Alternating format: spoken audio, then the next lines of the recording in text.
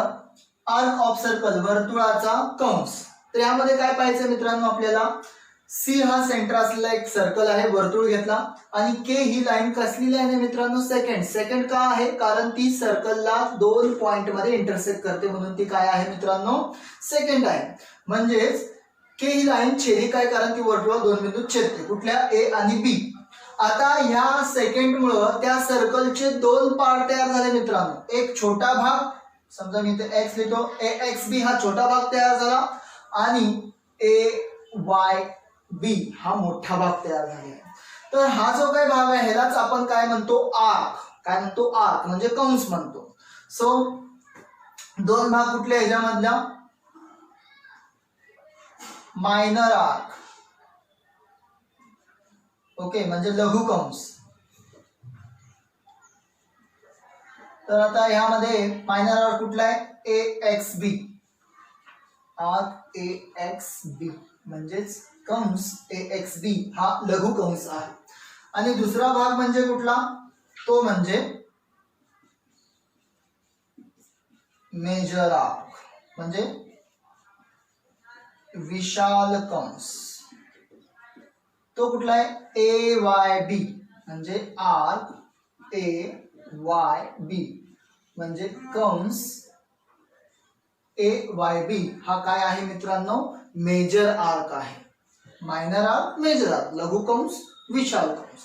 आणि समजा जर सर्कलच्या बरोबर मधून जर, म्हणजेच काय, सेंटर मधून जर लाईन पास झाली असेल,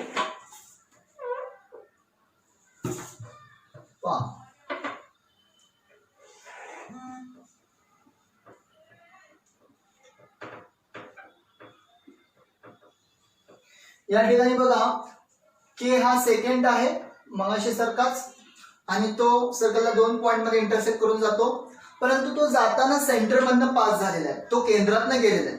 त्यामुळे सर्कलचे 2 इक्वल पार्ट फॉर्म झालेले आहेत, आणि त्यामुळं 2 इक्वल पार्ट म्हणजे 2 इक्वल आर्क तयार झालेले आहेत, आणि त्या आर्कला आपण सेमी सर्कल आर्क असं म्हणतो. म्हणजे सेमी सर्कल आर्क म्हणजेच अर्ध वर्तुळ कंस. म्हणजेच कुठले मित्रांनो, ते आर्क ए एक्स बी सुद्धा आहे, आणि आर्क ए वाय बी सुद्धा आहे. म्हणजे ए एक्स बी हा सुद्धा काय आहे मित्रांनो, तर सेमी सर्कल आर्क अर्धवर्तुळ कंस आहे, आणि ए वाय बी हा सुद्धा सेमी सर्कल आर्क म्हणजे अर्धवर्तुळ कंस आहे. आणि त्यांचं मेजर हे कधी पण 180 डिग्री असतं, हे लक्षात ठेवायचं आहे. सेमी सर्कल आर्कचा मेजर किती असतो मित्रांनो, 180 डिग्री असतो. म्हणजे अर्धवर्तुळ कंसाचं माप हे नेहमी 180 अंश इतके असते. ओके, तर आता हा मुद्दा झाल्यानंतर आता पाहू आपण सेंट्रल अँगल. काय पाहायचं मित्रांनो आपल्याला, सेंट्रल अँगल. ठीक आहे, तर आता इथंच मी पहा डायग्राम काढतो. ए आणि सी मधनं एक रे पास झालेला आहे, आणि बी आणि सी मध्ये. ठीक आहे, तर इथं जर पाहिलं तर सेंटरशी जो अँगल क्रिएट होतो, कशाशी, सेंट्रलशी जो अँगल क्रिएट होतो त्याला आपण सेंट्रल अँगल असं म्हणतो. ओके, तिसरा पॉइंट, सॉरी हा तिसरा पॉइंट. चौथा पॉइंट इथं आहे सेंट्रल अँगल म्हणजेच काय, केंद्रीय कोन असं आपण त्याला म्हणतो. आणि तो कोन कुठला आहे, A C B, angle A C B. So angle A C B is a central angle, केंद्रीय कोन आहे, कारण त्यांनी केंद्राशी कोन केलेला आहे, म्हणजे सेंटरशी त्यांनी अँगल फॉर्म केलाय, त्यामुळे तो कसला अँगल असणार आहे, सेंट्रल अँगल असणार आहे. Isn't it. आता फिफ्थ जो आहे तो काय, की सेंट्रल अँगलचा मेजर आणि त्याच्या समोर असलेल्या मायनर आर्कचा मेजर सेम असतो. सेंट्रल आर्कचा मेजर आणि त्याच्या समोर असलेल्या मायनर आर्कचा मेजर काय असतो मित्रांनो, सेम असतो. म्हणजेच काय, केंद्रीय कोनाचं माप आणि त्याच्या समोर असलेल्या लघु कंसाचं माप हे कधी पण समान असतं. आणि त्यामुळं इथे मी लिहू शकतो मेजर आर्क कुठला आहे, AXB is equal to measure angle ACB. Okay, म्हणजे AXB हा जो कंस आहे त्याचं माप आणि ACB याचं माप कसं असणार आहे मित्रांनो, सेम असणार आहे. Isn't it? तर हे काही महत्वाचे आपण पॉइंट बघितले. लास्ट टाइम आपण हे पाहिलं होतं 9th मध्ये, तरी सुद्धा हे रिव्हिजन केलं आपण. काय काय रिव्हिजन केलं की सेकंडमुळं आर्क क्रिएट होतात, छेदिकेमुळं कंस तयार होतात, लहान भागाला, कंसाच्या लहान भागाला आपण लघु कंस म्हणतो मायनर आर्क, आणि कंसाच्या मोठ्या भागाला मेजर आर्क म्हणजे विशाल कंस असं म्हणतो. त्यानंतर केंद्राशी जर कोन झाला असेल तर त्याला केंद्रीय कोन म्हणतो, म्हणजेच त्याला सेंट्रल अँगल म्हणतो. आणि त्यानंतर जर सेकंड म्हणजे छेदिका वर्तुळाच्या केंद्रातनं म्हणजे सेंटरमधनं पास झाली असेल तर वर्तुळाचे दोन समान कंस तयार होतात, टू इक्वल आर्क क्रिएट होतात, आणि त्या आर्कला आपण सेमी सर्कल आर्क म्हणजे अर्धवर्तुळ कंस असं म्हणतो. आणि त्याचं मेजर हे नेहमी 180 डिग्री म्हणजे 180 अंश इतकं असतं. त्यानंतर शेवटचा महत्वाचा आपण गुणधर्म बघितला, सेंट्रल अँगल आणि इट्स करस्पॉन्डिंग मायनर आर्क यांचा मेजर सेम असतो. केंद्रीय कोन आणि त्याच्या संगत लघु कंसाचं माप हे काय असतं मित्रांनो, समान असतं. म्हणजे हा 60 अंशाचा असेल तर समोरचा आर्क हा सुद्धा 60 अंशाचाच असणार आहे. ठीक आहे, तर इथं आपण थांबूया. ड्रॉप सर्कल, ओ हा काय आहे, वर्तुळाचं केंद्र आहे, आणि AOB हा सेंट्रलशी केलेला अँगल आहे, म्हणजेच केंद्राशी केलेला हा कोन आहे. तर विद्यार्थी मित्रांनो, आपल्याला काल मी सांगितलं की जर सेंटरशी अँगल क्रिएट होत असेल तर त्याला आपण सेंट्रल अँगल असं म्हणतो, म्हणजे केंद्राशी जर कोन होत असेल तर त्याला आपण केंद्रीय कोन म्हणतो. मग या ठिकाणी सेंट्रल अँगल कुठला आहे मित्रांनो, AOB हा काय आहे, सेंट्रल अँगल आहे, अँगल AOB. कळलं? ओके. त्यानंतर मायनर आर्क, मायनर आर्क म्हणजे काय की लघु कंस. तर यामध्ये मायनर आर्क कुठे आहे, APB हा मायनर आर्क आहे, आर्क APB म्हणजे कंस APB हा लघु कंस आहे. हा समोर दिसतो ना तुम्हाला, ठीक आहे. आणि आता मेजर आर्क, मेजर आर्क म्हणजे विशाल कंस. तर हा जो लघु कंस सोडून उरलेला जो वर्तुळाचा भाग आहे त्याला आपण विशाल कंस म्हणजे मेजर आर्क असं म्हणतो. जसं की AQ आणि B, आर्क AQB हा काय आहे, तर हा मेजर आर्क म्हणजे विशाल कंस आहे. कळलं विद्यार्थी मित्रांनो? हे 3 टर्म फार महत्वाचे आहेत, major arc, minor arc, central angle, विशाल कंस, लघु कंस, केंद्रीय कोन. तर प्रत्येक आकृतीमध्ये तुम्हाला हे कळलं पाहिजे. ओके, सो आता नेक्स्ट बघूया आपण मेजर ऑफ सर्कल. आता पूर्ण वर्तुळाचं माप किती असणार आहे हे तर तुम्ही इयत्ता 6-7 स्टँडर्ड मध्ये पाहिलेला आहात किंवा तुम्हाला कळलेलं आहे की पूर्ण सर्कलचा मेजर जो असतो तो 360 डिग्री असतो. किती असतो मित्रांनो, 360 अंश. 360 डिग्री 360 अंश हा पूर्ण वर्तुळाचं माप असतं. ओके, सो आता आपण पुढे येऊया. Major of minor arc. जर आपल्याला मायनर आर्कचा मेजर काढायचा असेल तर तो कुणा एवढा असतो, तर मी काल पण तुम्हाला स्पष्ट केलेला आहे, measure of minor arc is equal to its corresponding measure of central angle. म्हणजे केंद्रीय कोनाचं माप जेवढं असतं तेवढंच माप त्याच्या समोर असलेल्या संगत लघु कंसा इतकं असतं. तर आता इथं आपण लिहूया measure of minor arc is equal to measure of its central angle. म्हणजेच काय, केंद्रीय कोनाचे माप. म्हणजे लघु कंसाचे माप पुन्हा एवढं असतं, केंद्रीय कोनाच्या मापा एवढं असतं. हे क्लिक करून ठेवायचं डोक्यामध्ये, एव्हरी टाइम ते तुम्हाला यूज करायचं आहे. म्हणजे समजा फॉर एक्झाम्पल एओबी हा 70 डिग्री असेल, तर मग एपीबी किती असेल, तर एपीबी सुद्धा 70 डिग्री असणार आहे. म्हणजेच काय, central angle and it's corresponding minor arc यांचा मेजर काय असतो मित्रांनो, सेम असतो. आता नेक्स्ट, आता सेंट्रल अँगल दिला, त्याच्यावरून आपण मायनर आर्क काढला. आता उरलेला मेजर आर्क काढायचा आपल्याला, म्हणजे उरलेला विशाल कंस काढायचा आहे. तर त्याच्यासाठी सूत्र कुठलं आहे, तर आपल्याला काय करावं लागेल, आपल्या आताच मी तुम्हाला सांगितलं की मेजर ऑफ सर्कल किती असतं, 360, म्हणजे वर्तुळाचं माप किती असतं, 360 अंश. त्यातून आपल्याला ह्या मायनर आर्क म्हणजेच लघु कंसाचं माप सबट्रॅक्ट करायचंय, म्हणजे वजा करायचंय. मग उरलेलं काय असणार आहे, मेजर ऑफ मेजर आर्क म्हणजे विशाल कंसाचं माप असणार आहे. त्यामुळं 360 minus major of minor arc म्हणजे 360 अंश वजा लघु कंसाचे माप. ठीक आहे, कळलं सर्वांना.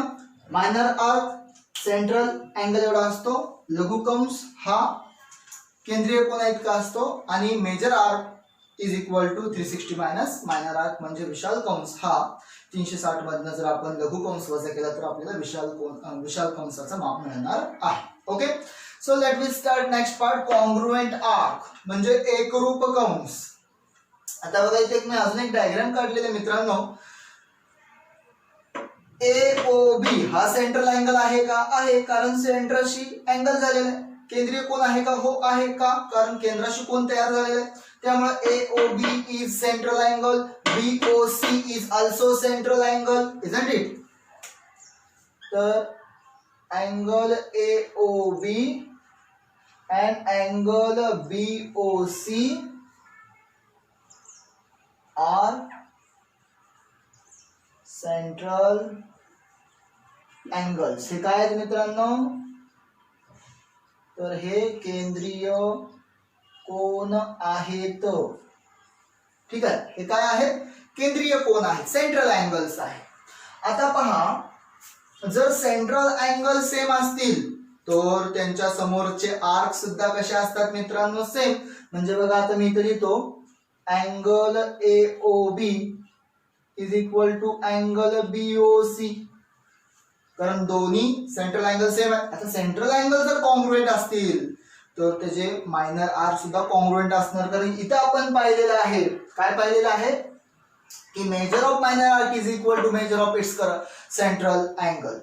म्हणजे लघु कंसाचे माप हे केंद्रीय कोनाच्या मापा इतकं असतं. मग आता ह्या केंद्रीय कोनाच्या समोरचा, ह्याच्या समोरचा हा आर्क आणि ह्याच्या समोरचा हा आर्क, हे दोन्ही आर्क जर आपण कन्सिडर केले तर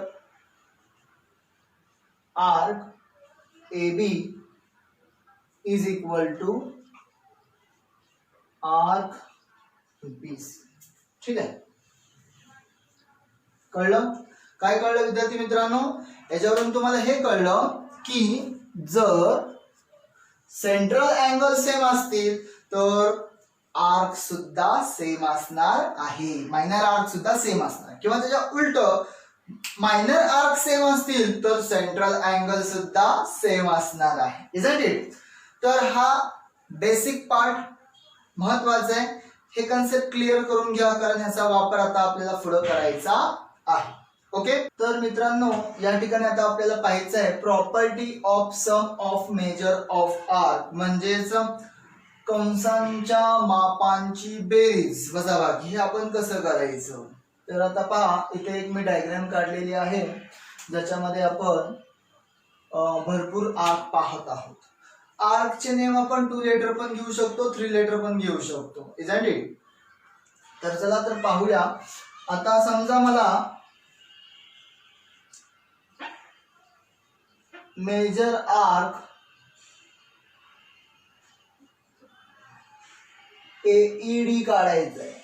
काय काढायचं आहे, माप कंस एईडी कुठे आहे बघा, या ठिकाणी एईडी आहे की नाही.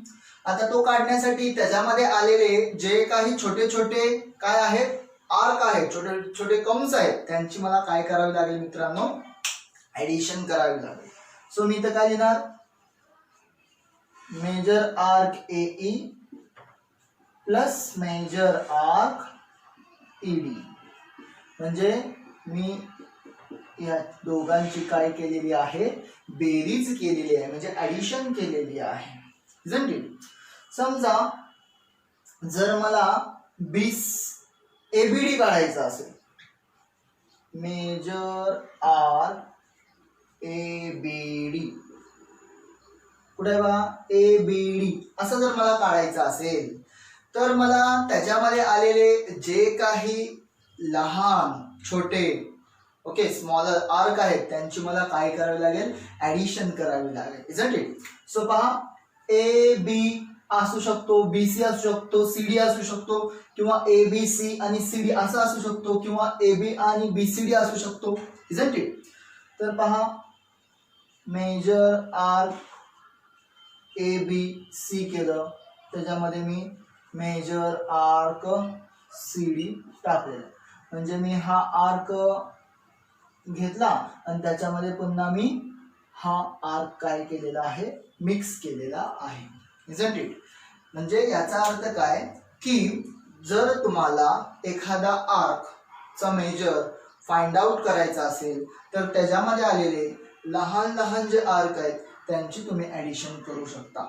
isn't it? म्हणजे त्यांची तुम्ही बेरीज करून त्या कंसांचे माप तुम्ही काढून घेऊ शकता.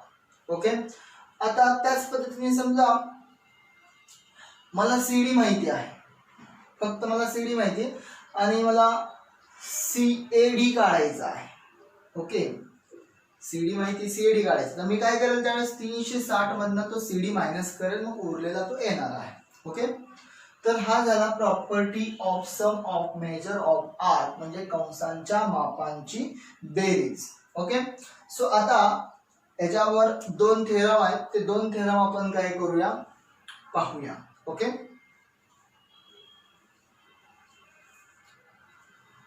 पहिला थेरम,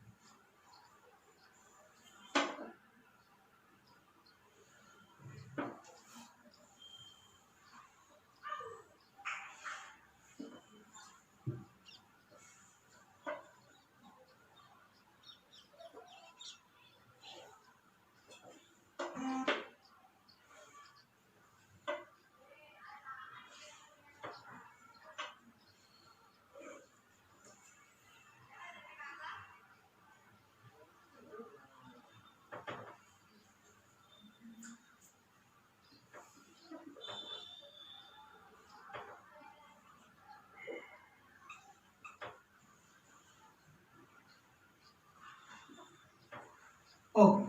आता थेरम काय, तो प्रथमतः मी तुम्हाला त्याला स्टेटमेंट समजून सांगतो. तर थेरम मध्ये पहिला असं आपल्याला सांगितलेलं आहे, तर स्टेटमेंट असं आहे की जर आर्क कॉन्ग्रुएंट असतील तर कॉर्ड कॉन्ग्रुएंट असतात, म्हणजे आर्कचे जे करस्पॉन्डिंग कॉर्ड असतात ते कॉन्ग्रुएंट असतात. तर आता इथं आर्क ए पी सी आणि डी क्यू ई हे दोन्ही आपल्याला कॉन्ग्रुएंट दिलेले आहेत. आपण गिवन लिहूया. गिवन म्हणजे पक्ष. काय सांगितलं मित्रांनो पहा, in circle with centre O, O हा केंद्र असलेल्या वर्तुळात मेजर आर्क एपीसी किंवा arc APC congruent arc DQE.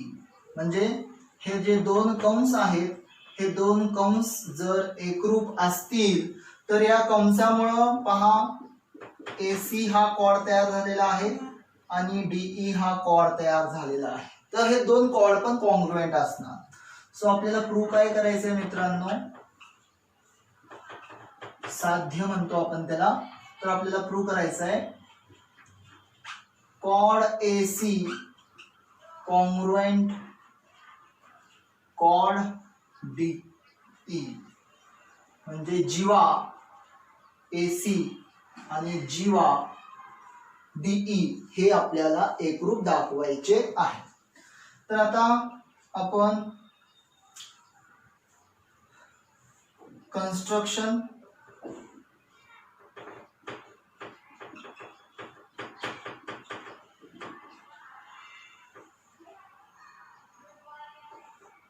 म्हणजे रचना घेऊ आपण.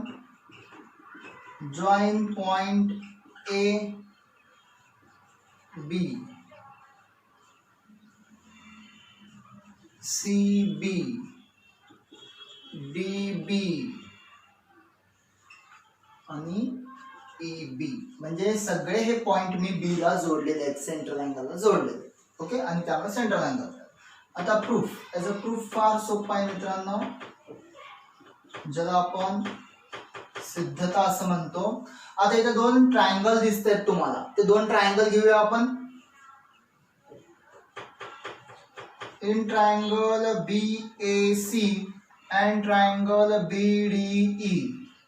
आता या दोन ट्रायंगल मध्ये मित्रांनो पहिला मला काय दिसतात, हे सगळे जे आहेत B A B C B D B E हे सगळे काय आहेत, हे सर्कलचे रेडियस आहेत. म्हणजे हे वर्तुळाच्या जीवा आहेत, सॉरी वर्तुळाचे त्रिज्या आहेत. आणि त्रिज्या कधी पण एकरूप असतात, radius R congruent.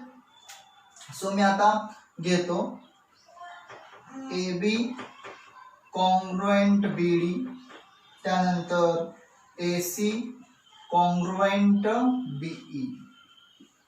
Because by radii म्हणजेच काय, त्रिज्या आहे ते. ठीक आहे, बिकॉज बाय रेडियाय म्हणजे त्रिज्या आहे. आता पुढे आपण पाहूया की आता आपल्याला माहिती की arc A P C congruent arc D Q E because by given. Okay, परंतु आपण लास्ट म्हणजे मगाशीच मी तुम्हाला रूल सांगितला की आर कॉन्ग्रुएंट असतील तर सेंट्रल अँगल कॉन्ग्रुएंट असणार आहे, आणि सेंट्रल अँगल कॉन्ग्रुएंट असतील तर आर कॉन्ग्रुएंट असणार आहे. बरोबर आहे ना. म्हणजेच जर कंस एकरूप असतील तर केंद्रीय कोन एकरूप असतात. तर आता इथे कंस एकरूप आहेत आणि त्यामुळं हे सेंट्रल अँगल जे आहेत ते पण एकरूप असणार आहे. त्यामुळं अँगल ए बी सी एकरूप अँगल डी बी ई. आणि इथे लिहूया आपण काय लिहिणार,